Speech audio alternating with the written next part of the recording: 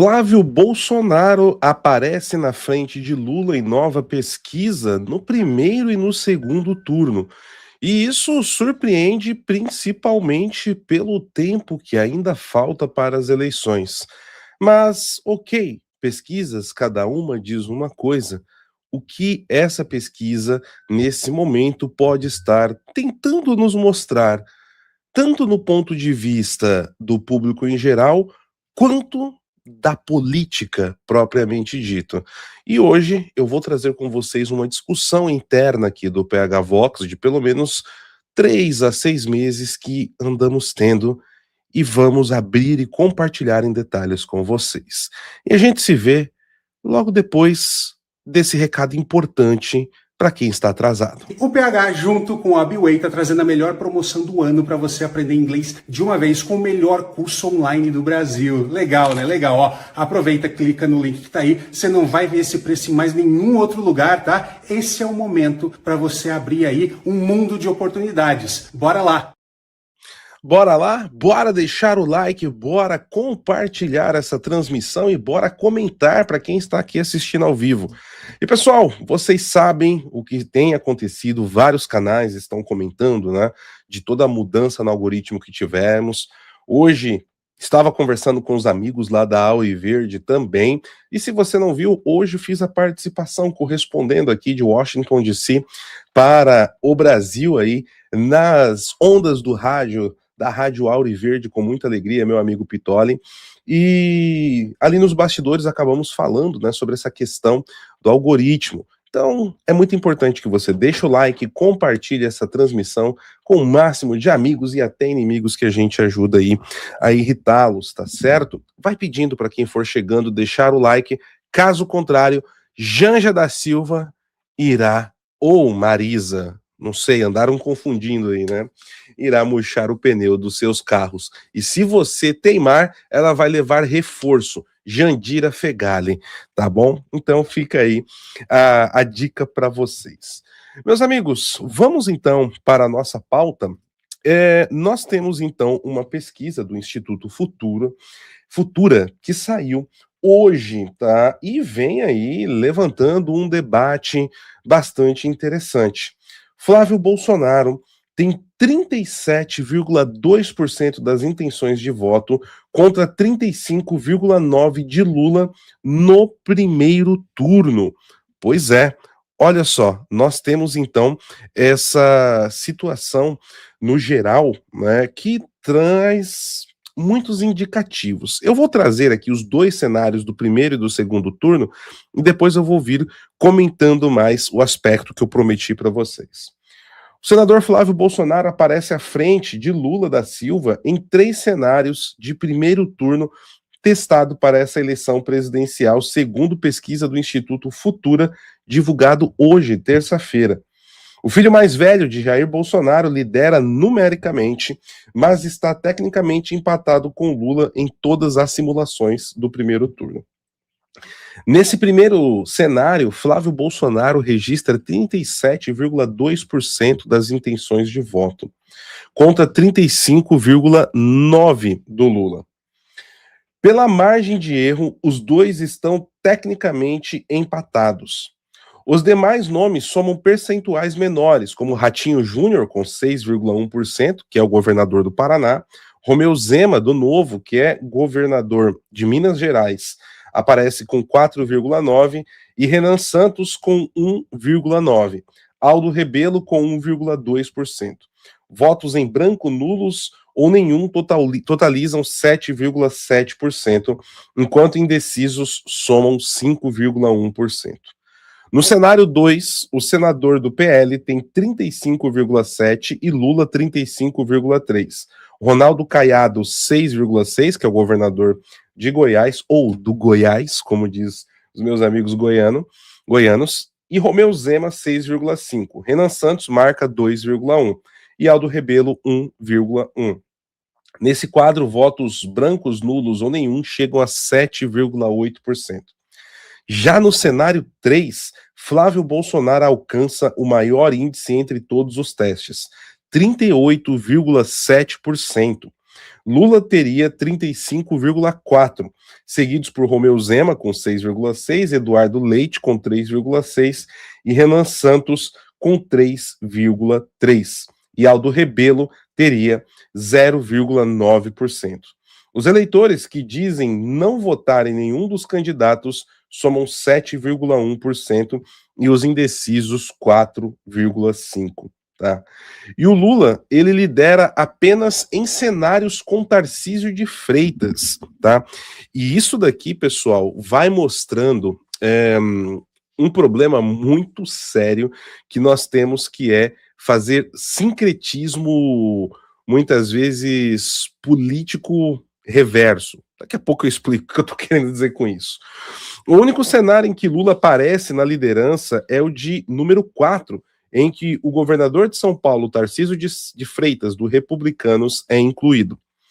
O petista soma 36,7% contra 34,2% de Flávio e 9,8% de Tarcísio. Olha só, se o Tarcísio estivesse na eleição, tá, junto com o Flávio Bolsonaro, a distância entre eles, entre Flávio e Tarcísio, é de 25%, tá, pessoal? 25%. Nesse cenário, os votos brancos, nulos ou nenhum totalizam 7,2%. E aqui a gente tem uma situação que chama bastante a atenção, que é a capacidade que o Jair Bolsonaro tem de transferência de votos, tá? E eu sei que a coisa tá tão acirrada no Brasil, né, pessoal? Eu acho muito engraçado, né? De acordo com bolhas, eu estava até comentando, né? Nós temos várias bolhas na direita. De acordo com que cada bolha que às vezes eu vou visitando, cada bolha me enxerga, eu, Paulo, de algum jeito, só pra gente ver como a coisa tá. E imagina isso para o cenário político, né? E eu sei que aqui vai aparecer agora várias pessoas de várias bolhas falando: ah lá, puxa saco do Bolsonaro, ah não, é frouxo, sabe? É uma loucura. E eu quero chamar a atenção novamente. Se vocês pesquisarem nas minhas redes sociais, vocês vão encontrar um post que eu fiz em 2022 falando que, independente de qualquer crítica que você tenha, insatisfação com o Jair Bolsonaro, a eleição desse ano, no caso 2022, não é a hora de você ser a direita limpinha, né? Você ali tem que ver que do outro lado, quem está é um dos líderes do Foro de São Paulo. É uma eleição onde, de um lado, você tem o Jair Bolsonaro, que você pode não amar, você pode não concordar com tudo, mas do outro lado você tem o Lula, o PT e o Foro de São Paulo. E eu lembro que nessa época ainda teve pessoas que pregaram voto nulo e tudo mais, e fizeram troça, etc, etc. Agora, pessoal, o que eu digo isso aqui é para bolsonaristas, para quem não gosta do Bolsonaro, para quem odeia o Bolsonaro e esse tipo de coisa, e para quem de repente vê a coisa de uma forma pragmática. Novamente nós estamos nessa situação. Tem duas escolhas.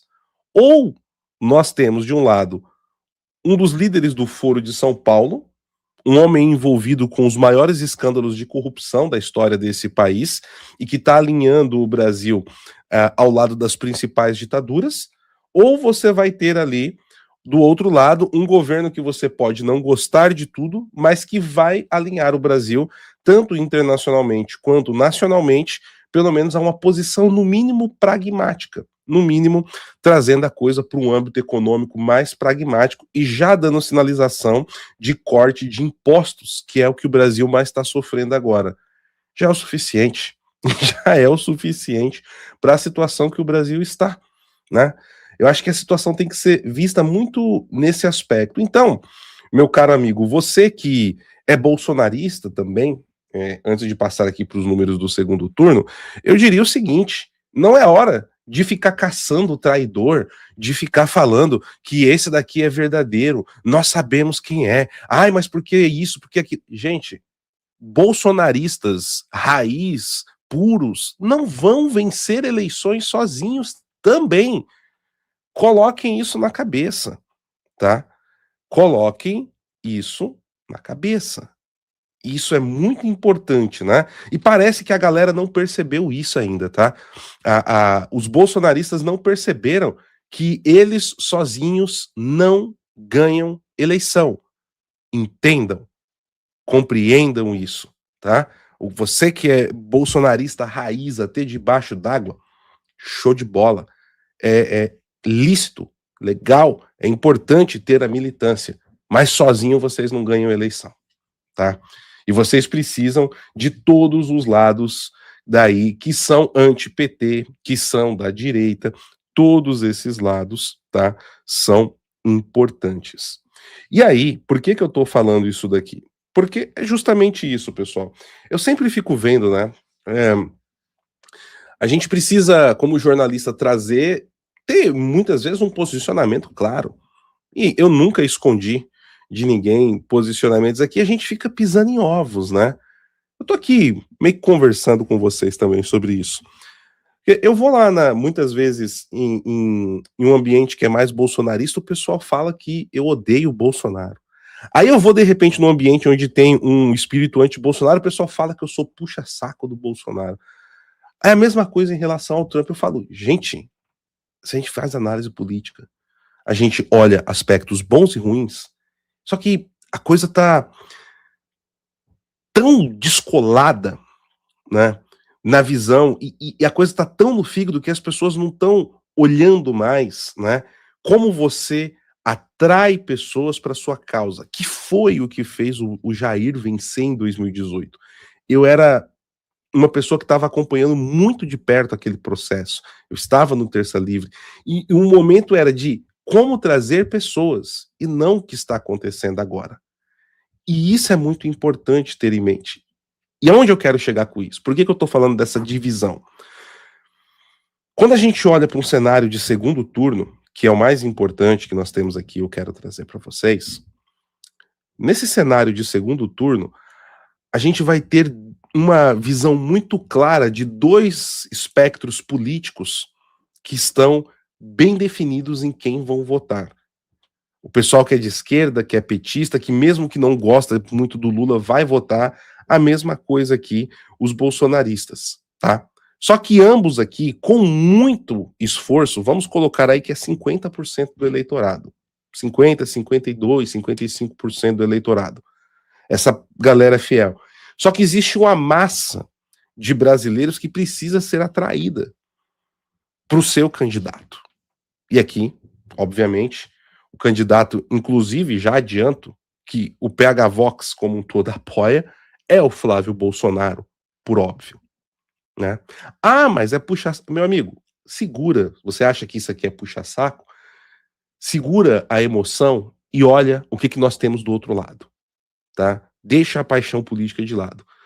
A mesma coisa vale para conscientizar, né, o bolsonarista que acha que fica atacando pedra em todo mundo, procurando isso, aquilo. Gente, quebra o pau no ano que vem. Como no ano que vem, esperem Deus, se Flávio for presidente, se tiver coisas que tiver que cobrar, se tiver que fazer apontamentos, análises de coisas que não estão boas, acordos que não são tão bons aí dentro de uma cosmovisão contra-revolucionária, também vai ser feita.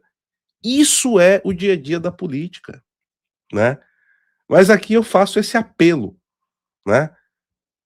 Levantem aí, né, um pouco as armas, ponham no chão bolsonaristas e odiadores do Bolsonaro. Agora é a hora de derrotar o PT, de derrotar, né, o Lula. Eu acho que é isso que tem que ter em mente. E parar de tentar colocar todo mundo dentro de uma caixinha, né? Isso é o mais importante, né? Vamos lá. Eu vou trazer aqui então os números do segundo turno, mas antes deixa eu só ver aqui os dois superchats que nós recebemos. Tem um que já me quebrou aqui, né? Que é o do Paulo Vinícius, que disse: PH apelou hoje, Jandirão não. Respondeu seu xará no app. Responde seu xará no app. Ô, Paulo, eu vou responder. É que tá muito corrido aqui em DC, pessoal. Essa primeira fase, adaptação, monta cenário, os dois canais, e tem as participações, e tem que organizar a vida, né, olhar para o lado familiar, assim, tá bem puxado, mas deixem comigo que eu vou olhar, vou responder sim, Paulo. Obrigado, meu caro. E a Jandira Fegali ia apelar mesmo, né? Eu sei, foi de propósito. O Calvin Mello disse: em 2026 sou F22, vulgo fraquejada desde pequeno, né? Tá aí, né? Beleza, tira um sarro, mas vambora, né? É derrotar o PT, pessoal. É derrotar o PT. Tem que ter esse clima agora, né? Eleição é isso, é quebra-pau, tá? Mas quebra o pau com o outro lado, quebra o pau com o PT, né? O Lula já falou que ele vai descer para uma guerra, não tem Lulinha, paz e amor. A galera tem que parar de ficar se quebrando aqui desse lado, né? Vamos lá. Deixa eu pegar aqui então, colocar os números na tela para vocês. Tá aqui, ó. O Flávio vence no segundo turno com diferença de. Opa, peraí que o PH. Aqui, ó. Com 5,8 pontos de diferença, tá? Então aqui nós temos os cenários que foram analisados. Eu quero trazer esses números aqui para vocês. Espera aí. Deixa eu trocar o pH de lado aqui, pessoal, rapidinho. Pronto. Agora vocês vão ver aqui melhor, certo? Perfeito. Troquei o pH de lado aqui. Olha só o cenário do segundo turno que nós temos. Opa, aí. Agora tá bacana. Segundo turno, Flávio Bolsonaro contra Lula, 48,2% contra 42,4%. Ninguém branco ou nulo, 8,2%. Não sabe, não respondeu, indeciso, 1,2%. O que significa isso daqui, pessoal? Com muita boa vontade, isso daqui está no limite da margem de erro. Então, assim, a margem de erro teria que errar muito para o Flávio Bolsonaro descer e acertar, e assim, errar muito para o Lula subir. Isso daqui já dá para praticamente cravar um resultado fora da margem de erro, tá? Num segundo turno entre Lula e Flávio Bolsonaro. Com o Tarcísio de Freitas, nós temos aqui 47,4 contra 41,4. Percentualmente, a diferença é praticamente a mesma, mas a intenção de voto aqui, ela acaba dando uma alterada, porque as pessoas ficam mais indecisos entre os dois, e também nós temos aqui uma expectativa entre ninguém branco e nulo maior. E isso daqui, pessoal, é principalmente nas pessoas que não vivem tanto a política no dia a dia, tá? Então, a marca Bolsonaro aqui, o nome Bolsonaro, acaba ajudando o Flávio a ter essa diferença um pouco maior aqui, as pessoas terem uma visão mais clara, né, dentro da polarização política, uma palavra que eu não gosto muito, mas que nós estamos vendo aqui. Entre Lula e Ratinho Júnior aqui já dentro da margem de erro, né, bem mais próxima, venceria o Lula no segundo turno. O Lula venceria o Ronaldo Caiado, tá, por 43-42, e venceria também o Romeu Zema por 43-42, tá? E aqui tem a questão do estado de Minas Gerais, que é muito importante. Contra o Eduardo Leite, o Lula também venceria 42-38, e um segundo turno entre Tarcísio de Freitas e Flávio Bolsonaro daria 40,1 contra 35 do Tarcísio, tá?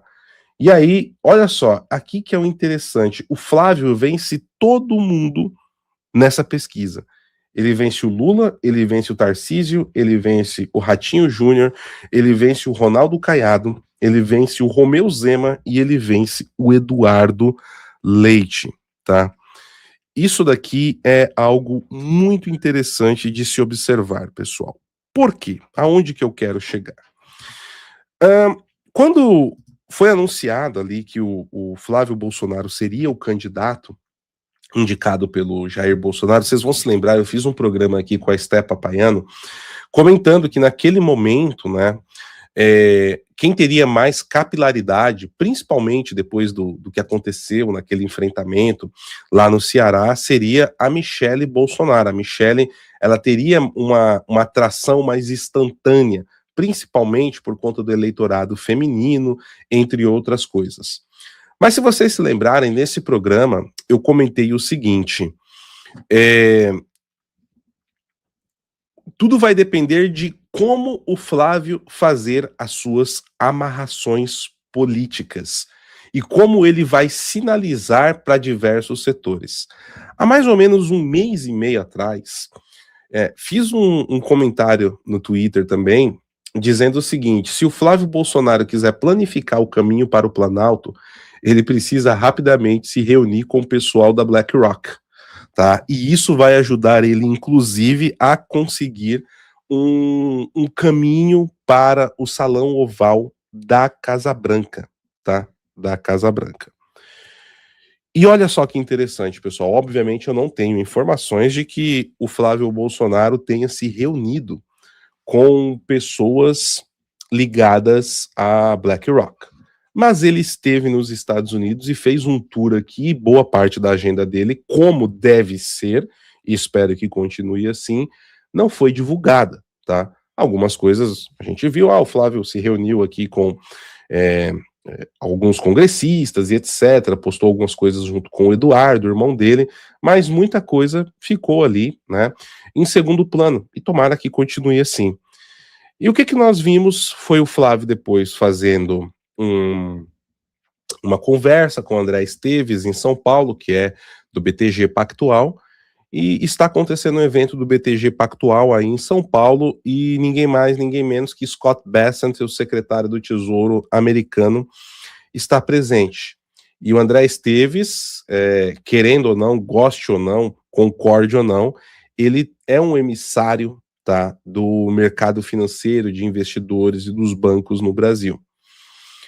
Flávio Bolsonaro depois ampliou esse tour ali pela Europa e o Oriente Médio também, e isso tem uma importância grande, tá? O que eu estou querendo dizer com isso? As sinalizações que o Flávio Bolsonaro tem dado, inclusive com os nomes que estão sendo ventilados para o Ministério da Fazenda ou da Economia, caso ele faça como pai e crie ali um super ministério, né? E tem o ministro da Economia, como foi o Paulo Guedes, foram sinalizações positivas. E o Flávio Bolsonaro, ele tem dado entrevistas muito equilibradas. Ele tem dado entrevistas equilibradas em diversos setores, em diversos programas, como foi aquela entrevista que ele deu no programa do Ratinho, há mais de um mês atrás, que foi muito bem ponderada, foi uma entrevista que teve uma repercussão positiva, e ele vem trazendo todos os setores da direita para o centro do debate. E isso é um ponto muito importante. Enquanto o pessoal, né, muitos aqui, eu tenho que dizer, estão sendo usados por alguns setores com interesses políticos, estão se degladiando, fragmentando, né, o debate da direita que agora deveria e deve ser unificado, independente de qualquer coisa, e aí quebra-se o pau a partir do ano que vem, cobre-se quem tem que cobrar da forma que tem que cobrar, sem problema nenhum, isso também é lícito e faz parte do jogo. O Flávio Bolsonaro está sentando e conversando com todo mundo.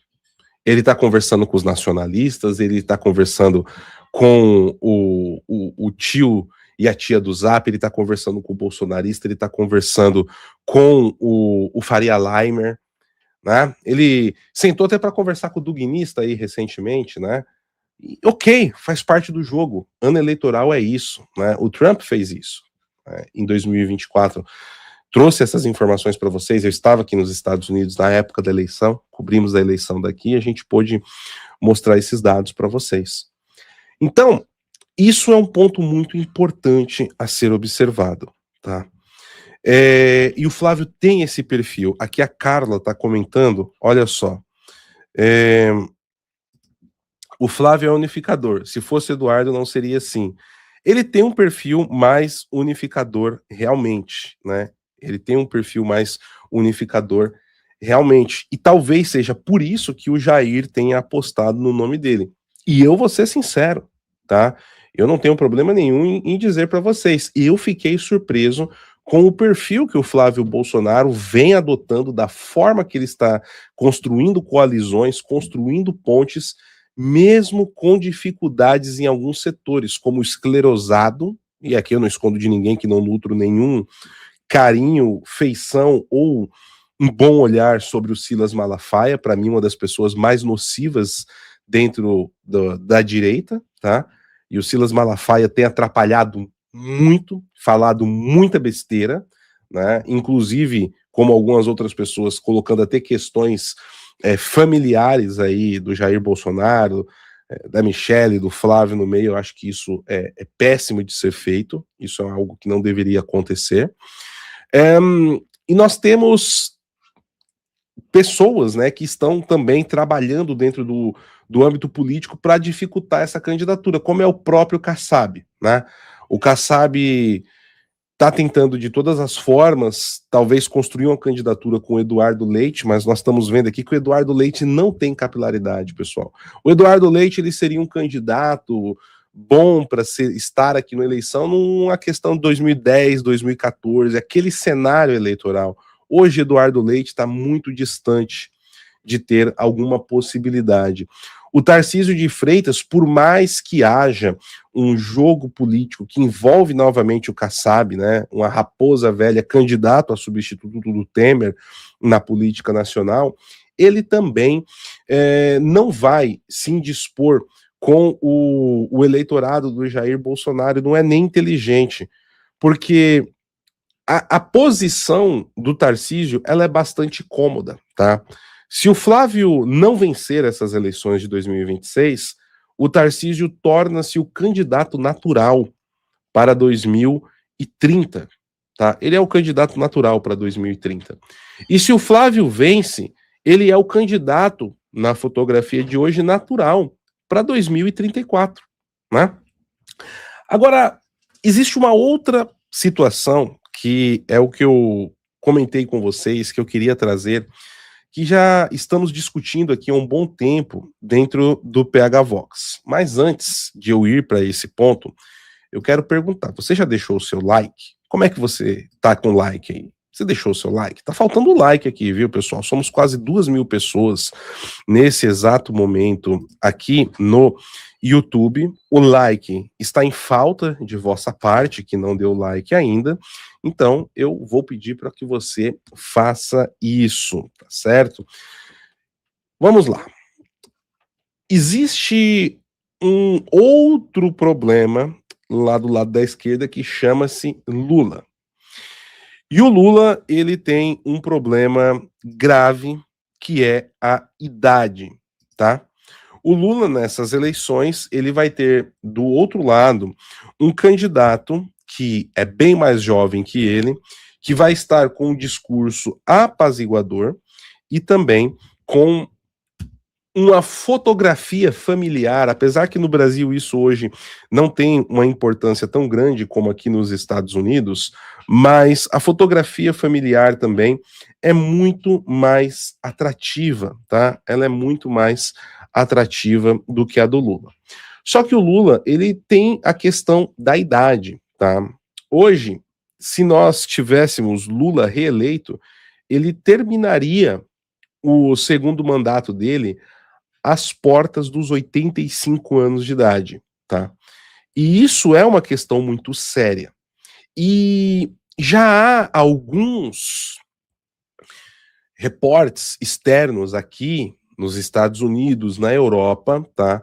Falando justamente sobre isso. O Washington Post publicou há mais ou menos uns 6 meses, 7 meses atrás, uma matéria muito importante, quando Lula anunciou que ele ia ser o candidato à reeleição, falando do efeito Biden, que tem ali por trás o efeito Joe Biden dessa nova candidatura.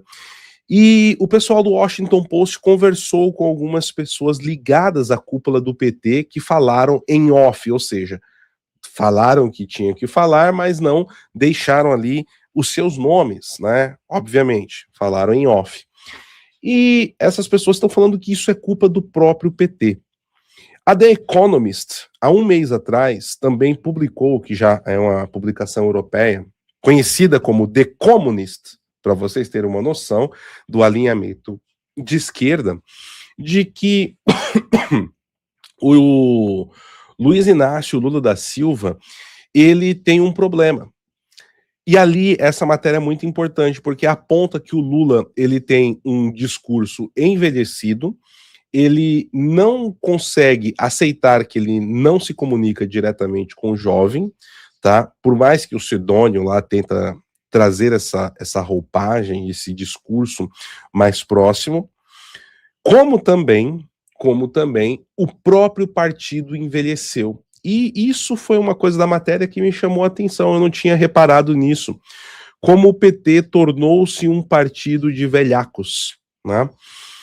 O PT não se renovou, o PT não tem quadros jovens, o quadro, o rosto mais jovem que o PT possui hoje, se a gente colocar assim, de maneira que tenha projeção nacional, é a do Fernando Haddad. E o Haddad já passa o Haddad já está com 63 anos de idade, pessoal.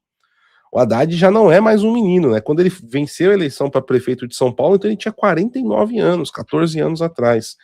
Então o Haddad já tem uma certa idade e ele é a cara da renovação do PT. Então o PT ele precisa muito dos braços auxiliares, né, que são os partidos satélites, como são chamados dentro da estratégia, né,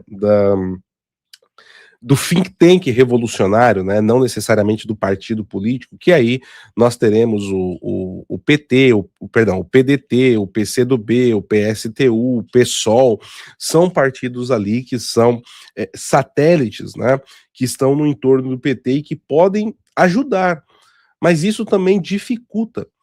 E mais do que isso, tem uma massa agora que votou no Lula, de jovens que votaram no Lula em 2022, para nós que já estamos aqui na casa dos 40, né? Naquela época estava ali com 36 para 37, agora estou chegando nos 41, né?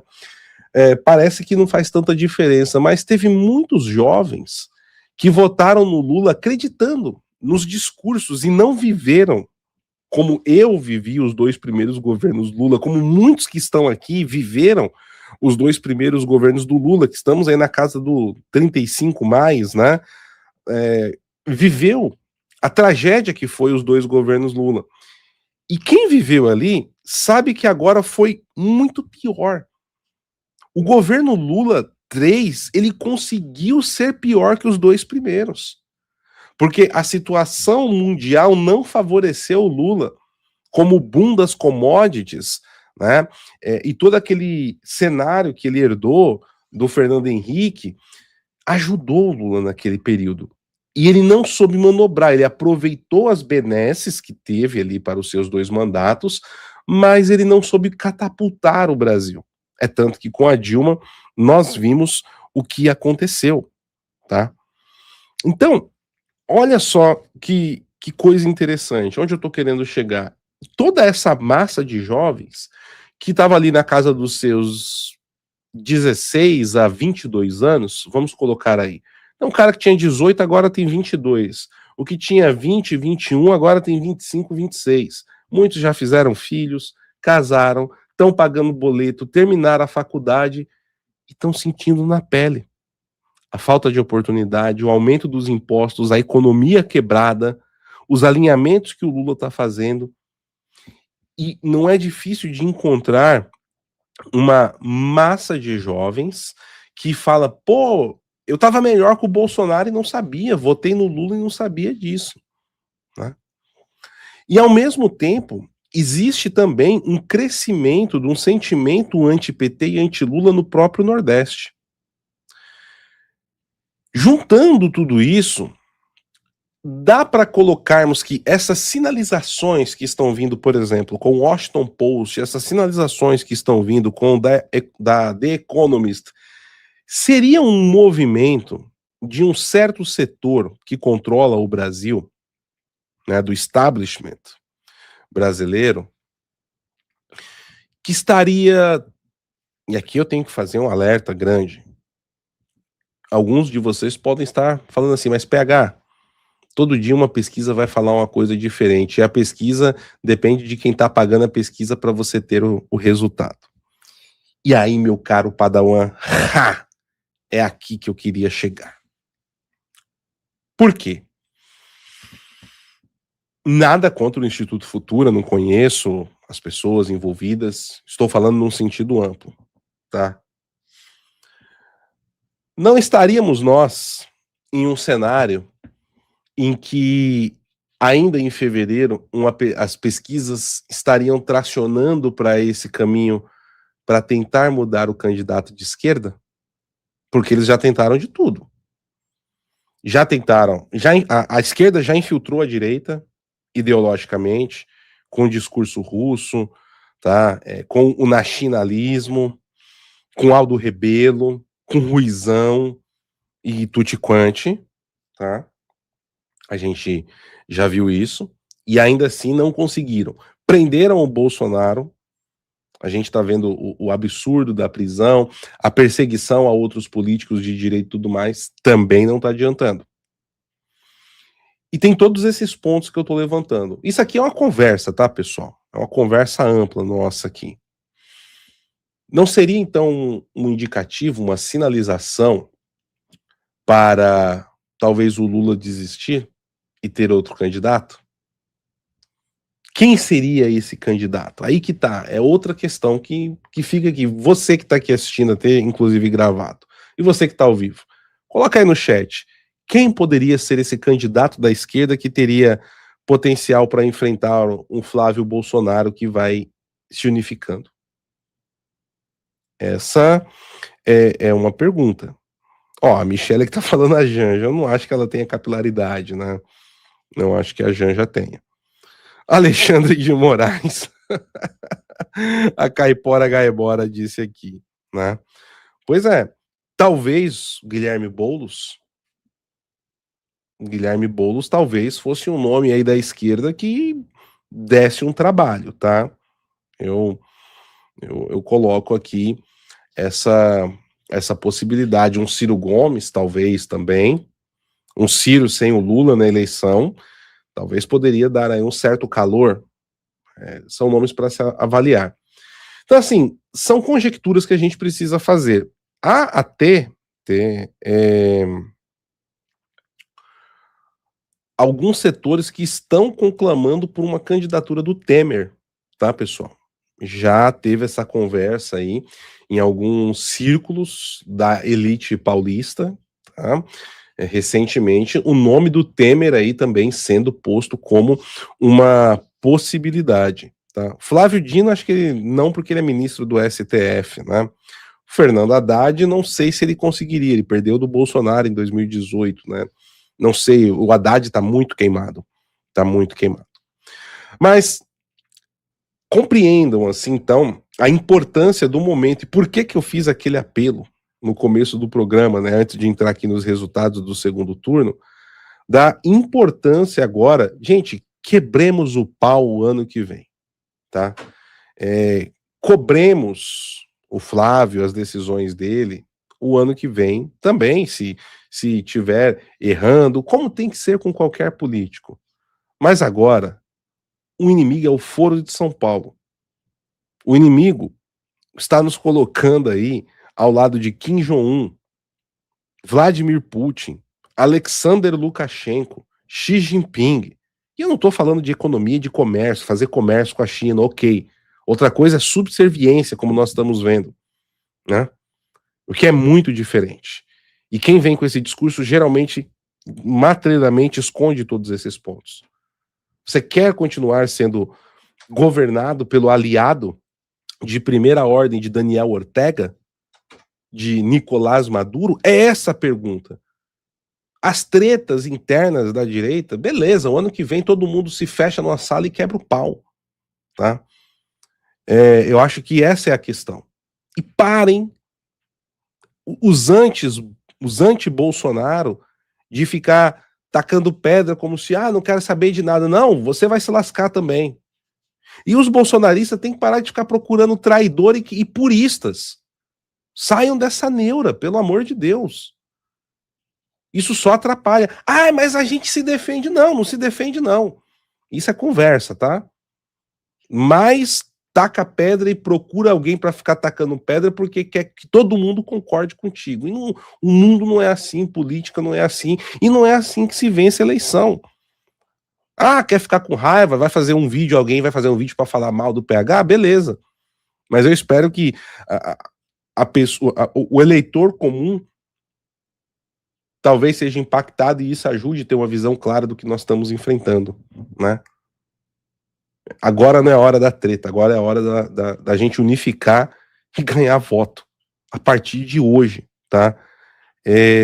Eu acho muito legal que esse negócio do meu amigo Flávio, esse negócio dessa música do meu amigo Flávio foi muito bom, viu? O pessoal falando, o meu amigo Flávio, eu gostei. É tipo o Bolsonaro 2018, né? É muito interessante. É muito interessante.